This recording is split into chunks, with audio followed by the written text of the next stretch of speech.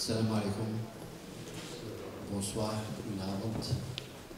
Welkom hier in Darkom, dat klinkt mooi. Bienvenue, marhaba bikum Darkom. Oui, ici, on est à 4, mais moi je suis ici que pour un peu mettre une allumette sur le feu et je laisse le feu s'allumer de ce côté-là. Dus ik ga gewoon eventjes een leiding geven en ze zijn er, die gaan het doen. We zijn wel niet met zoveel, maar beter enkelen die geïnteresseerd zijn dan heel velen die eigenlijk geen interesse hebben. En je sais bien que nous ne sommes pas tout à fait une grande... Ça ne fait pas beaucoup de monde, je sais, mais c'est mieux quelques-uns qui s'intéressent au sujet que beaucoup qui ne s'intéressent pas. Donc vous voyez à ma droite ici, à ma gauche, Ahmed Chattab. De l'autre côté, nous avons Lucas Catherine et puis Mohamed Chermouchi. Je sais que vous n'êtes pas venu pour m'écouter. Ik weet dat ik eigenlijk zijn niet komen voor mij. Daarom ga ik hiermee stoppen. Ik zou jullie wel heel bedanken voor uw aanwezigheid. Donc je sais que vous n'êtes pas venu pour moi, c'est pour eux. C'est pour ça que je cède la parole à Mohamed Chattab pour faire le reste. Merci.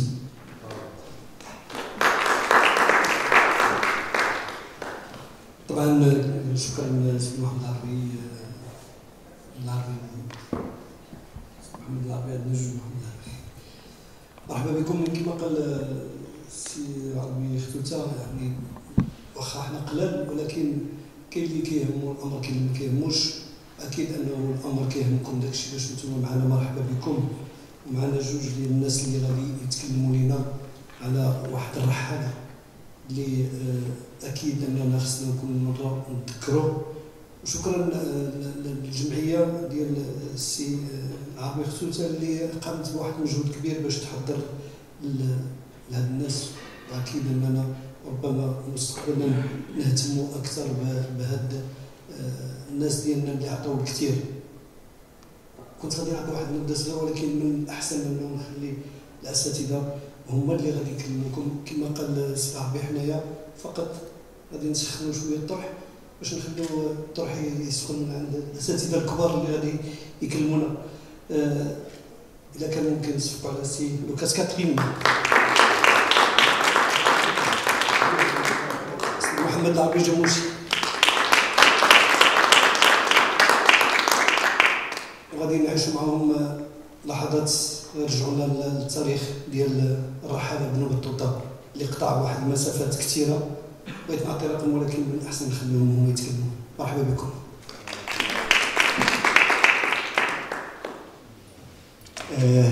Bonjour tout le monde. En principe, je devais faire maintenant cette partie de la conférence en néerlandais, mais vu qu'il n'y a pas tellement de néerlandophones, donc je vais quand même le faire en français. Et donc, dans la première partie, puis Mohamed va continuer. Moi, je veux parler premièrement du titre qu'on a donné à cette journée, le plus grand voyageur du monde. Et il y aura des gens qui disent « Et Marco Polo, alors ils exagèrent de nouveau, ces Marocains. » Eh bien, pour une fois, ce n'est pas eux qui exagèrent, mais que c'était Marco Polo qui exagérait un petit peu. Et en fait, on le savait parce que son sobriquet, c'était Il Milione, celui qui parlait toujours des millions. Et même sa maison à Venise, ça s'appelle Corte del Milione, donc la maison de celui qui parle toujours des millions. Pourquoi on disait ça? Quand il parlait par exemple de la fortune de l'empereur de Chine, c'était toujours en millions de pièces d'or. Chaque fois quand on parlait de quelque chose comme ça, c'était assez exagéré. Et il exagérait un petit peu. Et un deuxième truc que je veux quand même dire sur Marco Polo, avant de parler sur Ibn Battuta même, qu'il y a une grosse différence entre ce que Marco Polo a fait et que Ibn Battuta a fait. Premièrement, question de distance, Ibn Battuta a visité beaucoup plus de pays. Il a visité tout le monde connu, sauf l'Europe chrétienne et les Amériques, mais ça, on ne savait pas encore que ça existait.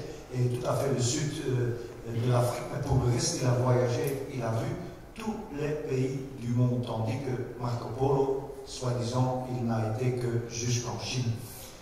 C'est une chose.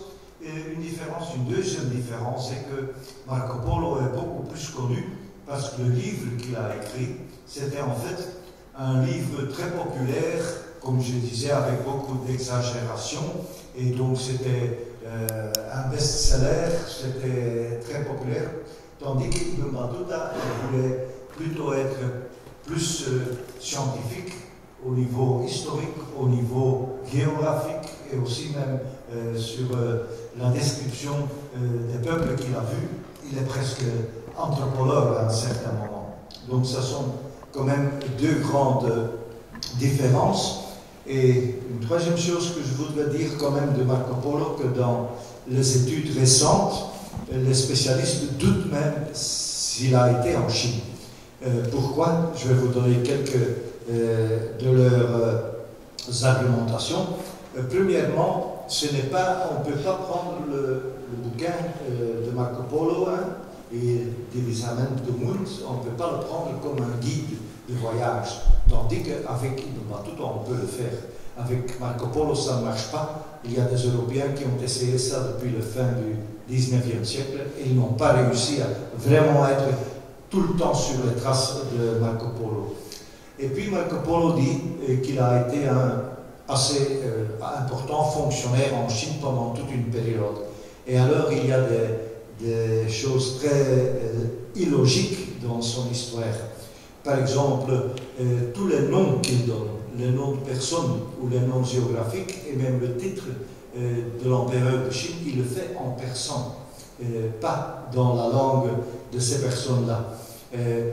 Il ne mentionne pas des choses que chaque touriste maintenant connaît en Chine.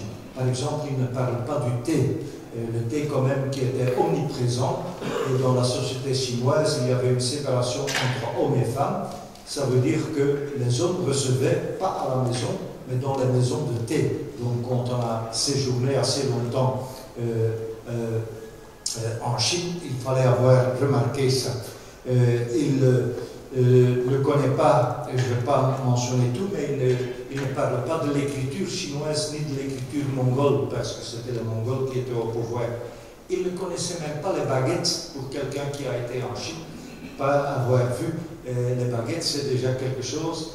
Et même la Grande Muraille, parce qu'elle est arrivée par le nord, il n'en mentionne pas. C'est pour ça que maintenant, il y a pas mal de spécialistes qui disent Marco Polo, il a été jusqu'à la mer Caspienne, jusqu'en Perse, et là, il a rassemblé des histoires d'autres qui étaient en Chine.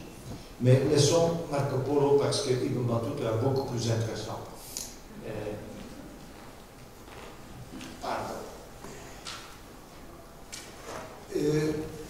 Ibn Battuta pouvait se faire référence à une très ancienne tradition arabe déjà de géographie et de connaissances. C'est pour ça, dans la toute petite exposition qu'on a fait, il y a un document là, et c'est en fait le premier texte connu à l'extérieur de la Chine, sur la Chine, qui date de l'année 851, et c'est fait par un arabe de Basra, Suleiman Atajar, et ça s'appelle Al-Ahbar al-Sind wa al-Hind.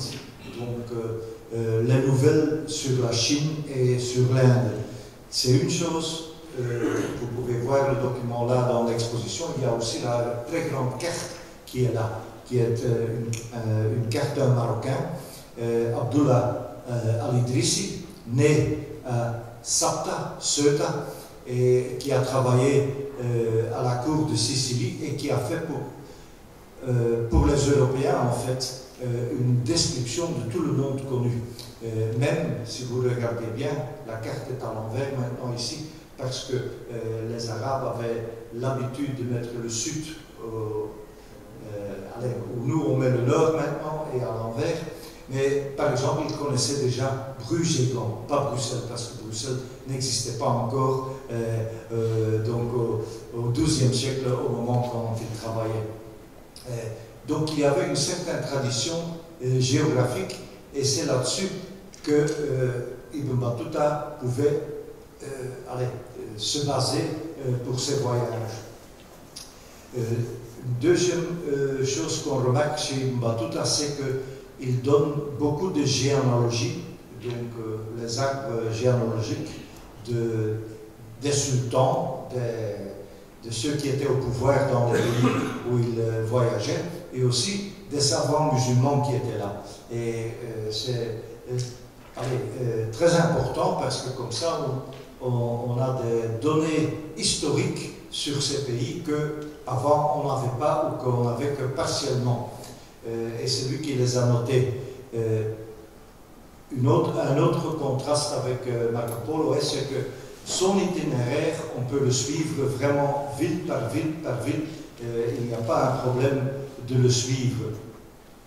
Et donc, il fait son voyage et comme prétexte, mais comme tout le bon musulman, il veut aller à la Mecque. Et la Mecque, c'est une occasion pour voyager, mais aussi pour aller plus loin que la Mecque, parce qu'à la Mecque, on voit des gens de partout dans le monde musulman. Et donc, c'est ce qu'il fait. Et son parcours est très important parce qu'il ne fait pas seulement les grandes villes qu'on connaît, c'est comme le Caire ou Bagdad, mais il va aussi tous les coins du monde. Il part par exemple à Aden, et c'est là qu'il remarque qu'il y a des bateaux indiens qui arrivent, et donc il y avait possibilité éventuellement d'aller en Inde par mer. Il va descendre en Afrique orientale, il va visiter la Somalie actuelle, il parle de Mogadishu, et même que les gens ont l'habitude là que le poisson qu'ils ont, qu'ils le laissent pourrir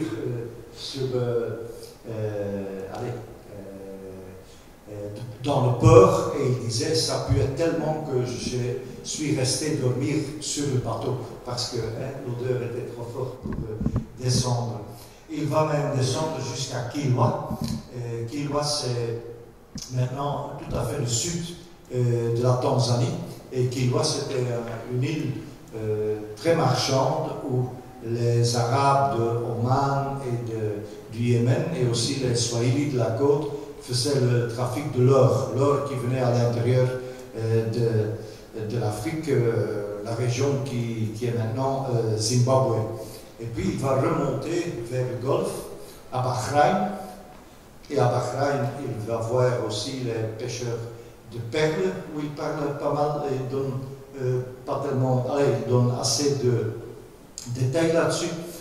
Et puis il va continuer son voyage par terre, et il va passer par la Perse aussi, la région de Khawarizm, le Khorasan. Le Khawarizm, c'est une région qui est connue parce qu'il y a le fameux savant Al-Khawarizmi, celui qui a inventé l'algèbre, qui est originaire de là.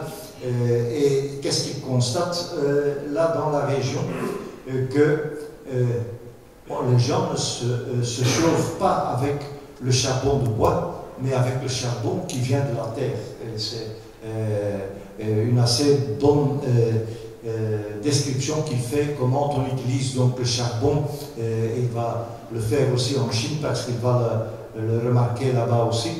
Et donc il va suivre de cette région à l'est de la Perse, il va suivre la route par terre, la route que les Européens au XIXe siècle ont appelée la route de la soie.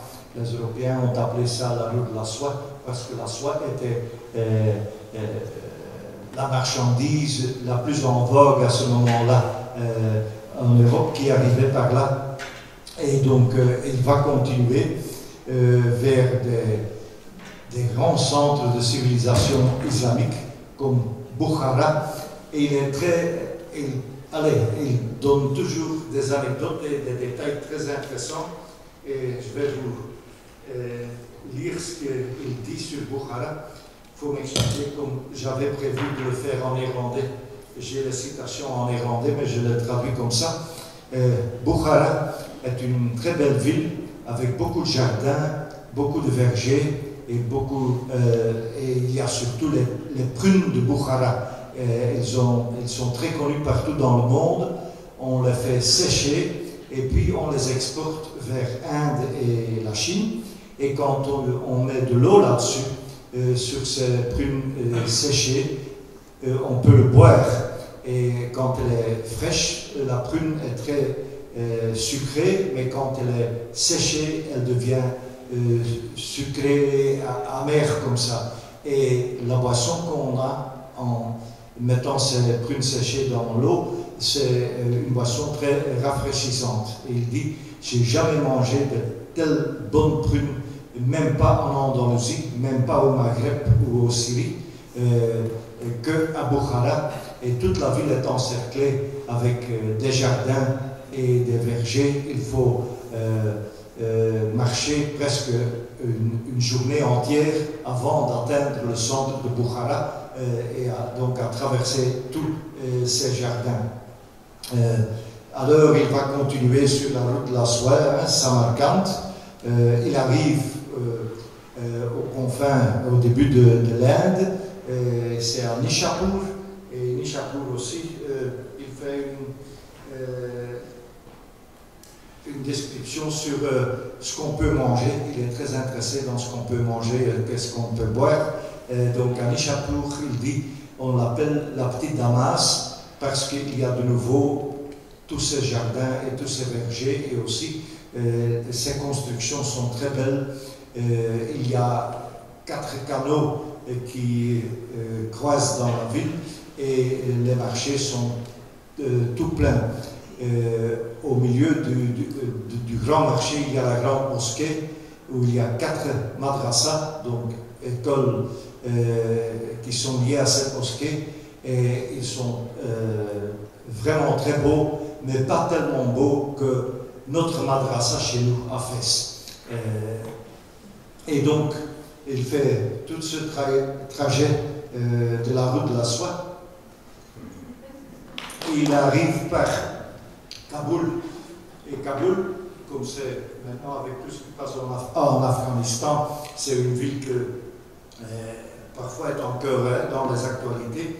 Il dit, dans le temps, Kaboul était une ville importante. Maintenant, c'est un village habité par une tribu persane qu'on appelle les Afghans. La majorité d'eux sont des brigands, donc des voleurs le long de la route. Et qu'est-ce qu'il note encore, et c'est quelque chose aussi que les Arabes ont appris chez les Indiens, c'est le système, le courrier postal, Barid, Al-Barid. Il dit qu'il y a 2 systèmes avec les chevaux et il y a un système avec les gens qui courent d'un village à l'autre. Et il dit que ça prend 50 jours pour aller d'une certaine distance, mais une lettre, ça prend seulement 5 jours, tellement vite va le courrier. Et puis donc il arrive en Inde et l'Inde sera très important pour lui parce qu'il va faire carrière là comme Qadi, comme jurisconsulte. Donc, par exemple, il fait aussi une description de la Qutb Minar. C'est à ce moment-là la plus grande mosquée du monde musulman. Et il dit elle est tellement grande, même l'entrée, on peut faire passer un éléphant. Et ça a été fait comme ça, il a dit, parce qu'on a utilisé les éléphants pour construire cette minarette.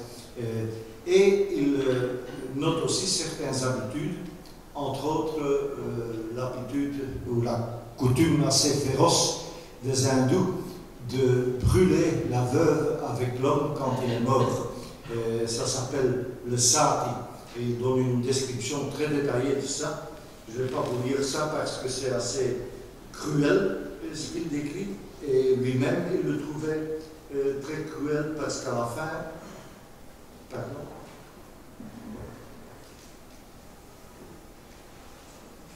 il dit la femme hurlait tellement que je ne pouvais plus l'entendre et tout ce que je voyais était tellement abominable que je tombais de mon cheval et je perdais conscience tellement, donc c'était cruel, et donc les gens qui étaient avec moi devaient me mettre des essuies mouillés pour me faire recouvrir, pour m'éveiller de nouveau.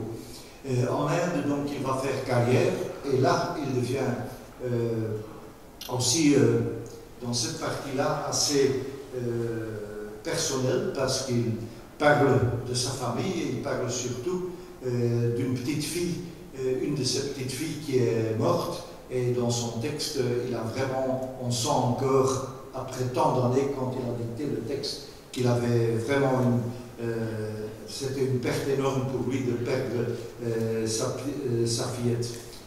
En Inde, il fait vraiment carrière, et à un certain moment, le sultan de Delhi décide de l'envoyer en tant qu'ambassadeur en Chine. Et donc, c'est ce qu'il va faire, mais avant d'arriver en Chine, il y a un orage, et il arrive sur les îles Maldives, et dans les îles Maldives, il va rester aussi un certain temps en tant que cadi, et là aussi, il donne une anecdote assez marrante. Il dit, les femmes là, elles ne portaient pas le voile, et donc ce n'était pas vraiment islamique, et c'était quand même des musulmans, donc j'ai essayé de faire qu'ils s'habillaient un petit peu plus, parce que même la reine là n'était pas voilée, mais il dit que ça n'a pas marché vraiment, ils sont restés un petit peu dans leurs habits traditionnels. Donc après ça, il arrive en Chine, et c'est en fait le fin de son périple. Quand il arrive en Chine, de nouveau, il raconte beaucoup de détails qu'on ne trouve pas dans Marco Polo, par exemple. Il dit aussi, par exemple, qu'il admire vraiment la peinture chinoise, et que les Chinois ont aussi l'habitude que quand un étranger arrive dans une ville, de faire son portrait. Et on l'affiche au marché pour dire qu'un commerçant un tel est arrivé, et il fait un commerce où un savant un tel est arrivé, et il peut vous enseigner ceci ou cela.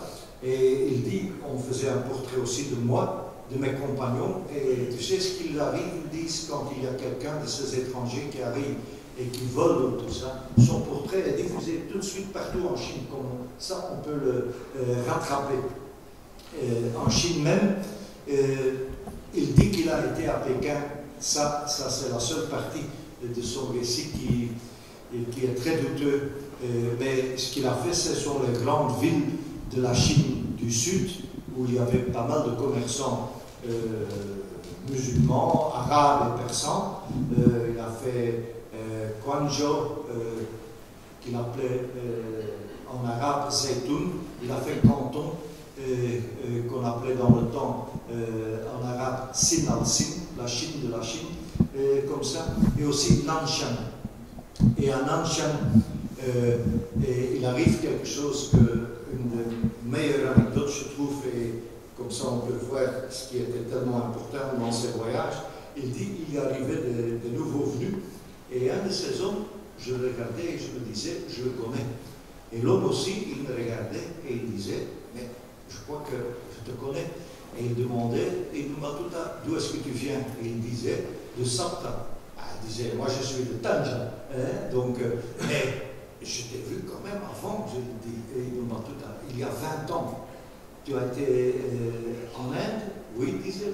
Ah, mais tu as été mon élève en Inde. Il dit, je t'ai connu en Inde et maintenant je te vois en Chine.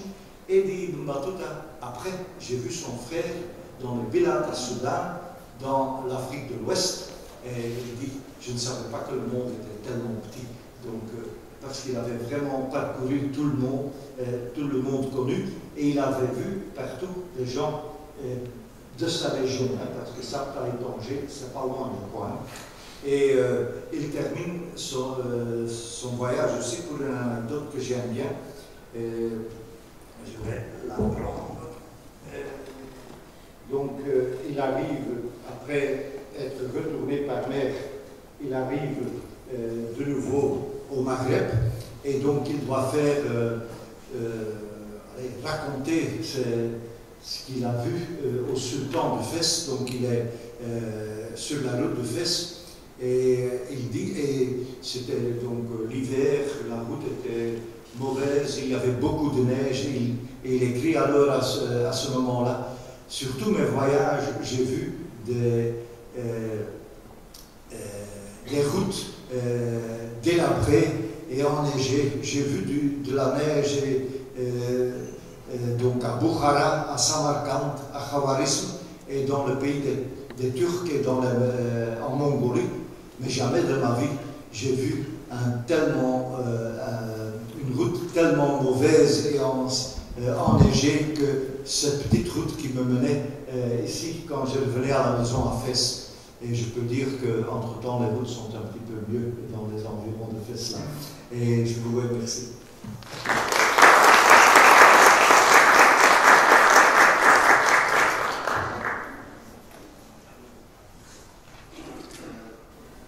Je veux intervenir. Je suis un peu comme peut-être la carte qui est là, le sud et le nord et le nord et le sud. J'aurais dû le faire au début. Mais Lucas, si vous l'avez vu en train de lire un livre, c'est un livre à lui, c'est lui qui l'a écrit. Donc ce livre s'appelle « Je ne savais pas que le monde était si petit ». Donc il a écrit beaucoup de livres sur le monde arabe, beaucoup. Il ne veut pas l'avouer, mais il le sait. Et quand il lisait de son propre livre. C'est exactement.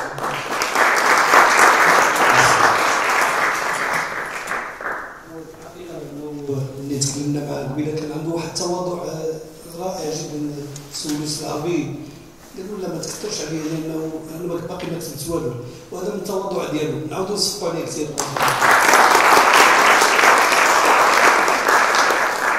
جميل جدا اننا نلقاو الناس اخرين